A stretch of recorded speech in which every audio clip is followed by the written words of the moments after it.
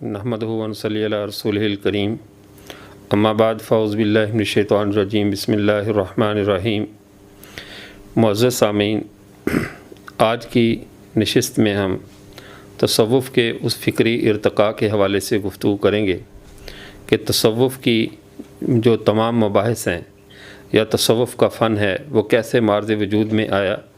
या किस तरह ये दुनिया के अंदर अपना लोहा मनवाता है।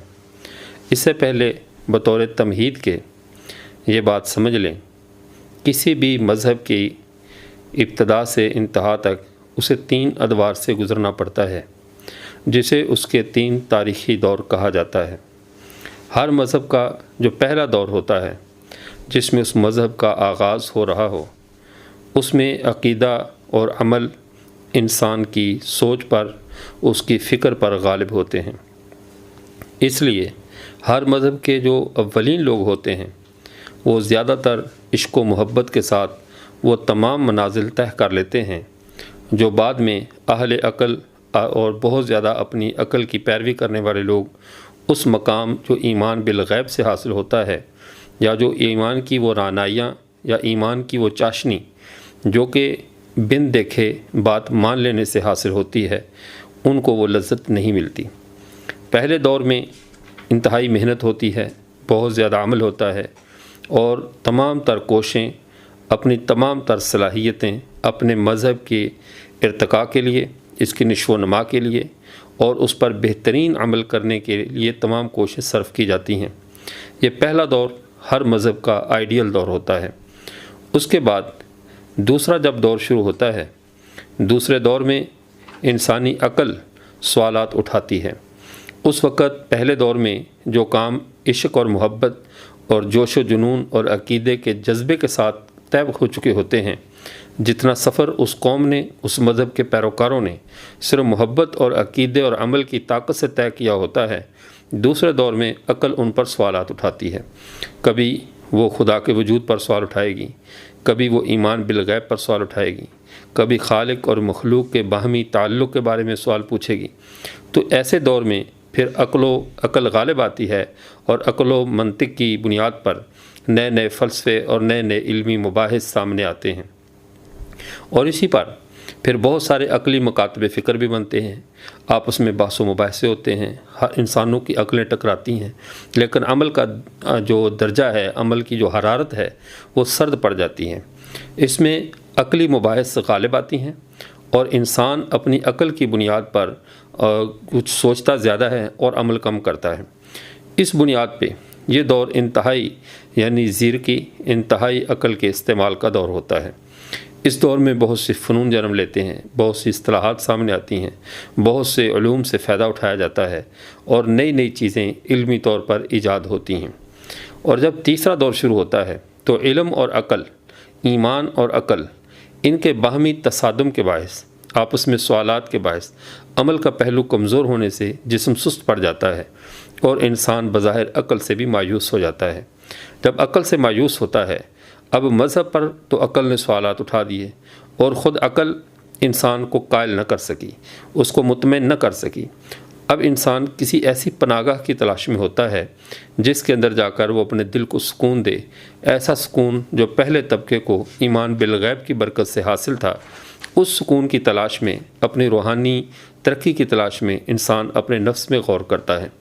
और अपने नफ्स के अंदर जब गौर करता है, अपनी फ़हम व फ़रासत के साथ किसी की रहनुमाई में या बकल्लम ख़ुद बताते ख़ुद उस पर गौर करता है, उस वक़्त उसके लिए एक नई राह खुलती है। इसी राह को तसव्वुफ़ की राह कहा जाता है, गौर व फ़िक्र की राह, अपने अमल पे गौर करने की, अपने नफ्स पे गौर करने की राह। तो इस राह से तसव्वुफ़ मार्ज़ वजूद में आता है और इसमें चूँकि इंसान अगर उसको दिल की रहनुमाई मुयस्सर ना हो, उसको दिल के अंदर भी इत्मीनान और अल्लाह के साथ मोहब्बत और ताल्लुक़ ना हो जो कि उसको सुकून न दे सके, तो फिर ऐसा इंसान ख़ुदकुशी की तरफ चला जाता है।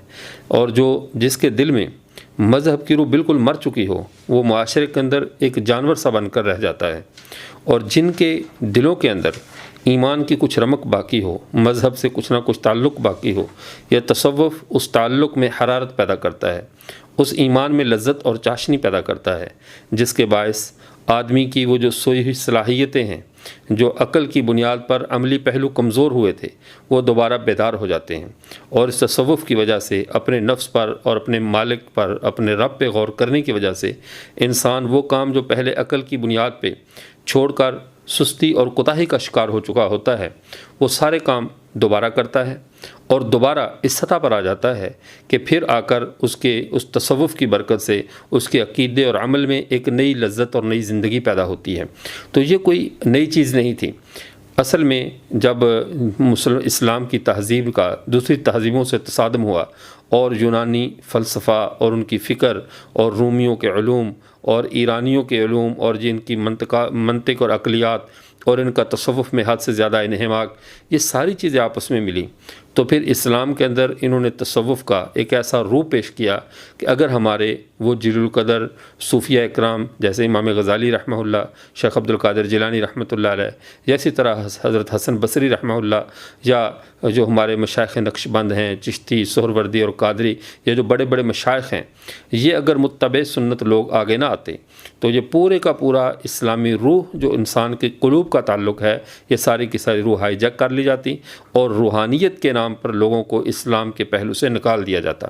ان لوگوں نے بہت ہمت کی، انسانی قلوب پر محنت کی، اور ان کے اندر جو عمل اور عقل کے جو عقیدے اور عمل اور عقل اس تصادم کی صورت میں جو سستی پیدا ہو چکی تھی اعمال سے، اور ان کی زندگیوں میں کہلی آ چکی تھی، تصوف کے چراغ جلانے سے، ان کے دلوں میں اللہ کی معرفت پیدا کرنے سے اس کا فائدہ یہ ہوا کہ انسان دوبارہ عملی زندگی طرف آئے اور دوبارہ دنیا کے اندر جو ہے وہ